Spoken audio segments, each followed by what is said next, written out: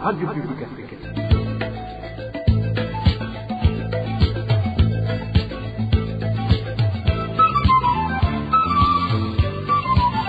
Radio Publique Africaine.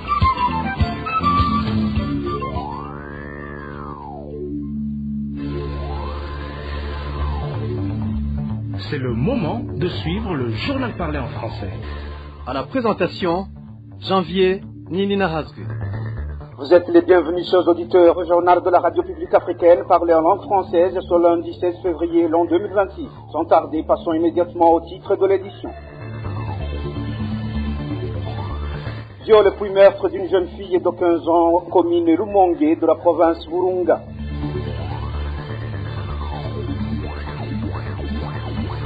Suspension des activités scolaires en zone Ndava de la commune Nyabihanga pour accueillir le secrétaire général du parti CNDD-FDD. Une association de la société civile burundaise dénonce les lacunes observées dans la détermination du crime de viol au Burundi. Enfin, en page sportive, nous parlerons de la 21e journée du championnat national de football qui a été clôturée ce dimanche. Et voilà pour le sommaire. Restez à l'écoute, le développement des titres, c'est dans quelques instants.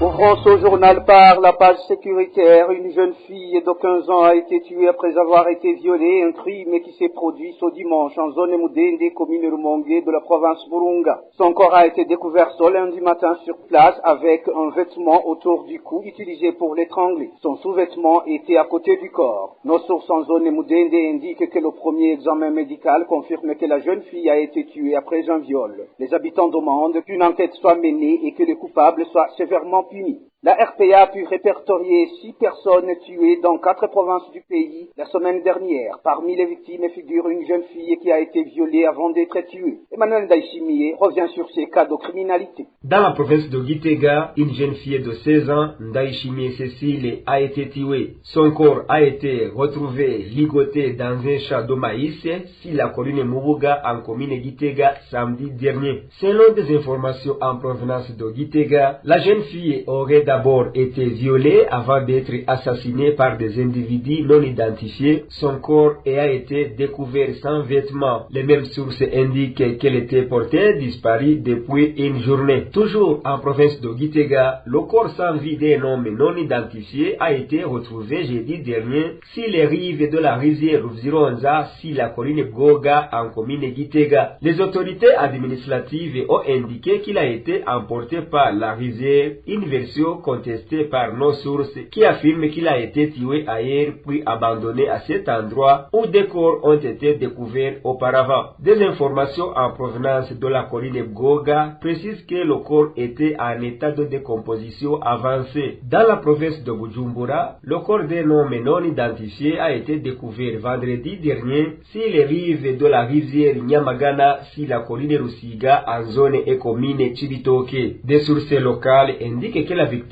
présentait une blessure à la tête, laissant penser qu'elle aurait été frappée en objet lourd avant d'être abandonnée s'il est lié. Les habitants de Chibitoke demandent l'ouverture d'une enquête affirmant que ce n'est pas la première fois que des corps sont retrouvés à cet endroit. Toujours dans la province de Bujumbura, un homme du nom de Claver a été tué. Son corps a été retrouvé mercredi dernier dans un champ de patates douces sur la 7e avenue au village 3, zone Gihanga. Des informations en provenance du village 3 indiquent que la victime a été étranglée par des individus qui l'attendaient près de son domicile. Des traces a été constatées au niveau du cou. Dans la province de Burunga, un corps a été découvert mardi dernier sur les rives de la rivière Muyogo dans la ville de Makamba. Des habitants de Makamba indiquent que le faible débit de cette rivière ne peut pas emporter encore. Il estime que la victime a été tuée ailleurs avant d'être abandonnée dans cette rivière. L'identité de la victime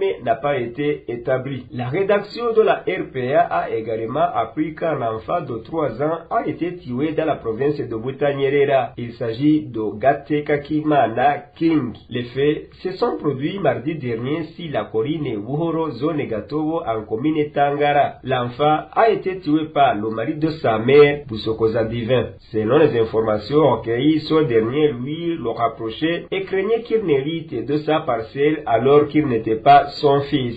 C'était Emmanuel Ndaïchimié. Une courte pause, puis nous abordons la page politique de cette édition. RPA. Les élèves n'ont pas étudié aujourd'hui dans la zone d'Ondava, commune Nyabihanga de la province d'Itega. Cela fait suite à une instruction ordonnant à tous les enseignants d'aller à la rencontre du secrétaire général du parti CNDD-FDD, Révérien Dikourio, qui effectuait une visite dans cette zone d'Ondava. Les détails avec Rémi Nderadakura.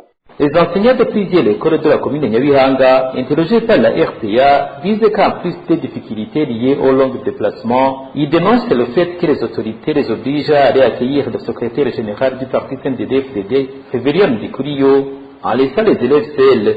Ces derniers finissent par rentrer chez eux sans avoir suivi les cours. Les élèves sont allés à l'école, mais il n'y a personne pour les encadrer. Qu'un enseignant, tout le monde est à Dav, en commune de Nyabihanga. S'il y a des gens qui se sont absentés, ils n'ont pas osé venir à l'école parce qu'ils ont peur de subir les foudres de l'autorité. Il déplore aussi que l'on se plaigne souvent du faible rendement scolaire, alors que ce sont ces mêmes autorités qui les obligent à aller accueillir les responsables politiques au détriment des cours. Les gens se plaignent que nos élèves ne réussissent plus maintenant. Le secrétaire général qui vient, on arrête tous les cours. C'est un manque à gagner très important. D'abord, au niveau des programmes qui sont très volumineux et dont le temps est insuffisant pour mise en application. Donc, nous regrettons beaucoup cet état de fait qui a des conséquences néfastes non seulement sur les programmes, mais sur les enseignants et les apprenants aussi. Ces enseignants demandent aux autorités de cesser de faire manquer les cours aux élèves lors des visites officielles, alors qu'ils essaient de respecter le programme pour finir toutes les matières prévues. Merci à Rémi Nderadakura. Retour du président burundais Evariste Ndayishimiye ce lundi en provenance de l'Éthiopie où il a été nommé à la tête de l'Union africaine. Une foule de gens constituée en grande partie par les élèves était présente dans les rues de Bujumbura pour l'accueillir, ce qui a perturbé la plupart des activités quotidiennes. Les détails avec Walter Kwizé.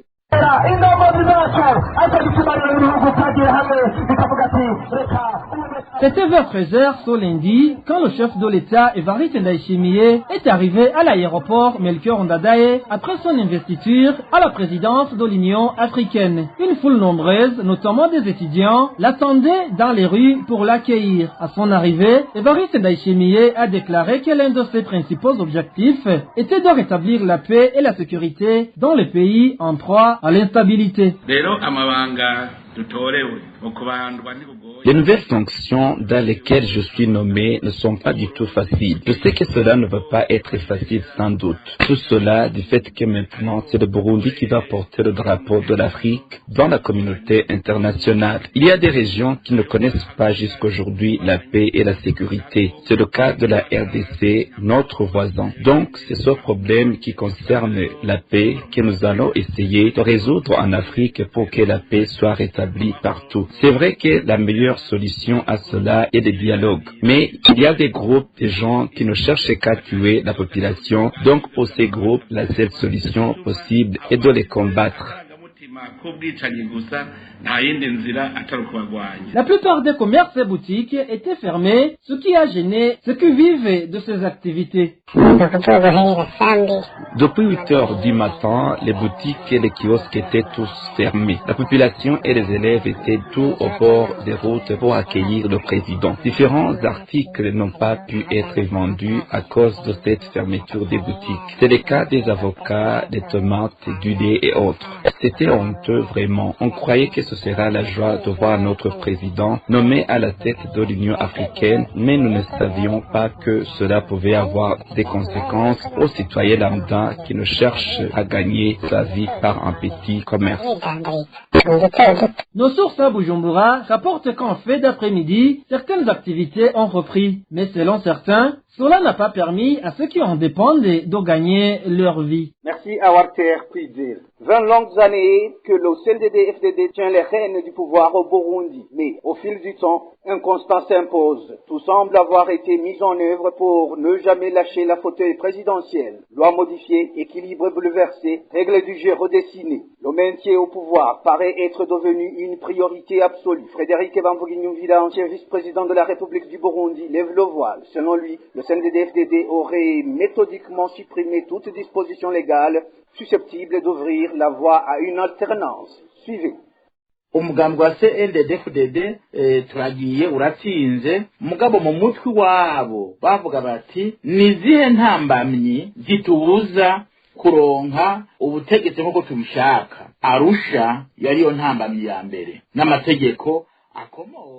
Le parti CNDD-FDD a gagné les élections, mais au sein du parti, il se demandait quels sont les obstacles qui nous empêchent d'obtenir le pouvoir comme nous le souhaitons. L'accord d'Arusha constituait le premier obstacle, ainsi que les lois qui en sont ici, notamment la Constitution et le code électoral de l'époque, c'est-à-dire la loi régissant les élections. Dans les réflexions, il s'agissait donc de voir comment, à l'horizon 2010, ces élections pourraient être écartées progressivement. C'est pourquoi, en 2010, ils ont affirmé que ce qui les posait encore problème était la loi électorale. Ils se sont alors demandé comment pouvons-nous conserver le pouvoir sans revenir en arrière. Il fallait, selon eux, trouver un moyen d'écarter tout ce qui provenait de l'accord d'Arusha. La justice ici de la pré-guerre a été mise de côté afin de poursuivre les projets. Concernant les élections, on retrouvait des urnes remplies de bulletins abandonnés dans la brousse. Qu'est-ce que cela signifie? Cela signifie que les votes exprimés par les citoyens étaient écartés, puis ils allaient changer d'autres urnes dans lesquelles ils mettaient les propres bulletins. Cela a été largement dénoncé, notamment à la radio. Ce ne sont pas des rumeurs. Amabibandanirize bayivye amatora warasanga amasanduku yuzuye amajwi yatawe mw'ishamba. Birabisigura iki? Baba bisigura yuko ivyo abanyagihugu batoye babita hanyuma bakaza kwironderera ayandi masanduku bishiramwo ivyabo. Ivyo vyaravuzwe cyane no ku maradiyo, si inkuru mbarirano.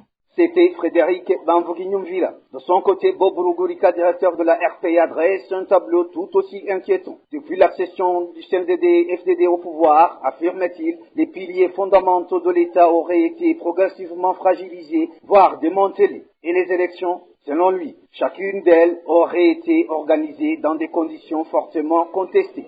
Suivez Bob Rugurika.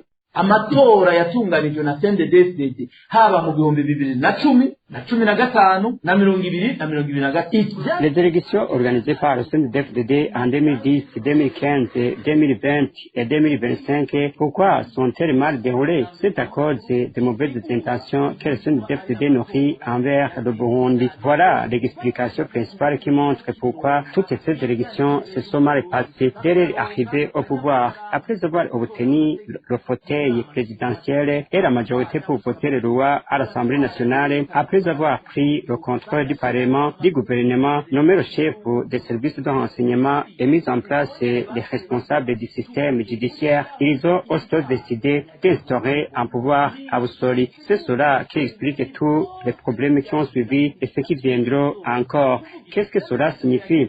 Le CNDD-FDD a estimé qu'après avoir accédé au pouvoir qu'il recherchait, la démocratie n'avait pris sa place, les lois ne devaient plus être respectées, les biens publics ne devaient plus être protégés. Ils ont décidé d'agir comme ils le voulaient, tuer qui ils veulent, voler ce qu'ils veulent. Autrement dit, ils ont détruit les piliers de l'État, ce qu'on appelle les piliers des institutions nationales. Aujourd'hui, le Burundi n'a pris d'armée digne de son nom. Une armée ne se mesure pas à avoir des soldats pour tas de galops. C'est une institution respectée qui agit comme une armée et non comme des miliciens, des voleurs ou des tueurs. Aujourd'hui, le Burundi n'a plus de justice parce que le CNDD-FDD l'a démantelé et a placé des personnes considérées comme des instruments. Cela signifie qu'on ne voit plus en ces personnes des êtres humains, mais des outils pour tuer des Burundais, piller le pays et piétiner la loi.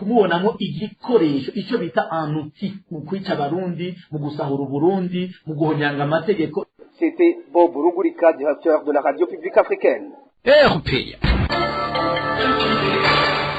Page des droits de l'homme à présent, l'association Abagabo Mugahinda fait savoir que des doutes persistent quant à la reconnaissance du crime de viol, tant au niveau du système judiciaire qu'au niveau du secteur de la santé publique. Selon l'association, Les examens effectués à l'hôpital sur la victime confirment le crime mais n'indiquent pas l'agresseur. Afin d'instaurer une culture de la justice équitable, l'association Abagabo Mugahinda demande la mise en place d'équipements performants et adéquats pour identifier à la fois les deux sujets. Le point avec Innocent Valentin Singilanabo.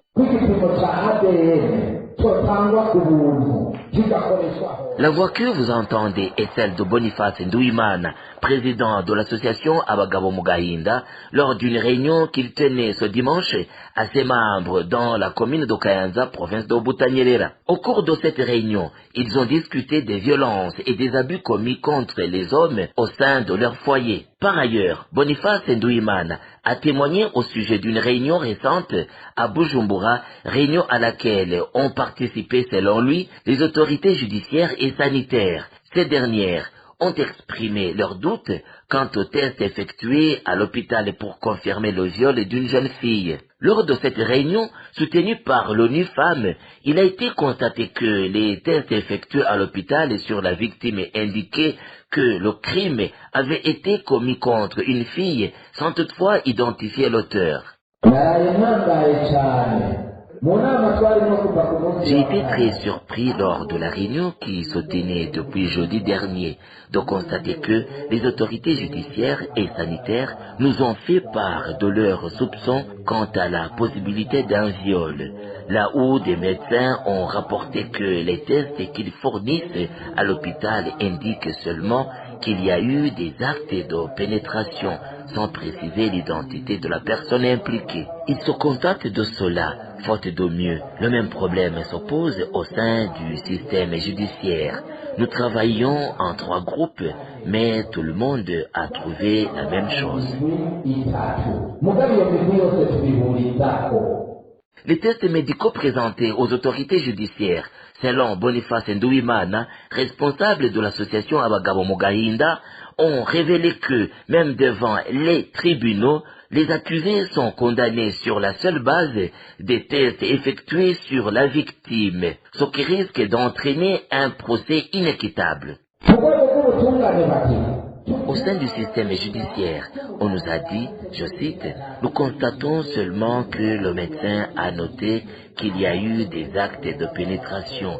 Nous ignorons l'identité de la personne impliquée. » Fin de citation. C'est pourquoi nous demandons la poursuite des investigations. Nous avons constaté que nous accusons le crime à des personnes dont nous ignorons l'identité et que nous punissons des individus sur la base de tests erronés qui nous ont été présentés. Lors de cette réunion tenue à Kayanza ce dimanche, il a été convenu qu'il serait judicieux de mettre en place des méthodes et des équipements permettant de dépister les accusés de viol afin d'éviter toute erreur. Il serait préférable de créer un test spécifique aux garçons et aux hommes afin de confirmer que la personne arrêtée est bien celle impliquée. Merci à Innocent Valentin Singirangabo. Encher Nicoya Guizé, président de la Ligue ITK, indique que les chauffeurs qui transportent un nombre excessif de passagers et circulent à une vitesse élevée cherchent principalement à amortir les importantes dépenses engagées pour l'achat de carburant provenant de la contrebande. Il souligne également que certains agents chargés de la sécurité routière se livreraient à des pratiques de corruption, notamment l'exigence de pots de vin, une situation qu'il attribue en grande partie à l'insuffisance de leur rémunération. Suivez-le. Il y a les mauvais états des routes, les excès de vitesse, les véhicules de transport qui dépassent le nombre exigé ou le nombre permis par la loi. Et tout ça sont des conséquences de différents défis qui hantent le pays. Il y a d'abord le manque de carburant sur le marché officiel, sur les pompes, et les chauffeurs doivent se débrouiller pour trouver ce carburant. Ils doivent payer cher à un prix exorbitant et utilisent toutes les stratégies pour trouver des profits. Et le fait que le carburant n'est pas disponible, la demande est grande et par conséquent, des fois, ils sont obligés de dépasser le nombre pour répondre aux demandes des clients, mais aussi gagner beaucoup, chercher à trouver l'argent injecté. Il y a des collusions, il n'y a plus aussi de contrôle dans les routes. Les policiers grognent par la situation du moment par rapport à vie chère et ils pratiquent la collusion pour répondre à leurs besoins. Face à cette situation, Ancher Nicoya Guizé exhorte le gouvernement à procéder à une revalorisation des salaires des fonctionnaires de l'État, y compris ceux des forces de police, afin de leur permettre d'exercer leurs fonctions dans le strict respect de l'éthique professionnelle et des règles en vigueur. Suivez encore une fois Ancher Nicoya Guizé. Donc, vous entendez que non, le gouvernement doit s'impliquer pour trouver des solutions aux causes profondes. C'est pas seulement dire il faut arrêter la corruption, il faut que les policiers cessent de demander les points de vue, mais si le gouvernement doit exiger à leurs agents de faire respecter la loi, il doit aussi répondre à leurs demandes, à ces cris. Si les chauffeurs doivent se débrouiller pour trouver du carburant, c'est pas seulement punir les chauffeurs ou les propriétaires des véhicules qui va arrêter cette mauvaise pratique. Donc en réalité, quand on se dit, il faut vraiment que le pouvoir se réveille, cherche à trouver des solutions durables pour l'intérêt de tous, que ce soit pour l'intérêt de ces entrepreneurs, l'intérêt de la population, protéger la population, mais aussi de l'argent. C'est déplorable que des vies humaines disparaissent du jour au jour, au vu de tout le monde, et les problèmes sont là, il n'y a pas de solution, des années et des années. La corruption n'est pas au niveau de la route, c'est pas ça. Au niveau du sommet, il y a la corruption. C'est ça qui se pratique pour le moment. Et les policiers pratiquent la corruption à leur niveau. Au niveau des ministères, c'est la même chose. Donc, nous exhortons le gouvernement d'essayer de trouver des solutions durables pour les racines des problèmes. C'était Ancher Nicoya Guizé, président de la Ligue ITEC.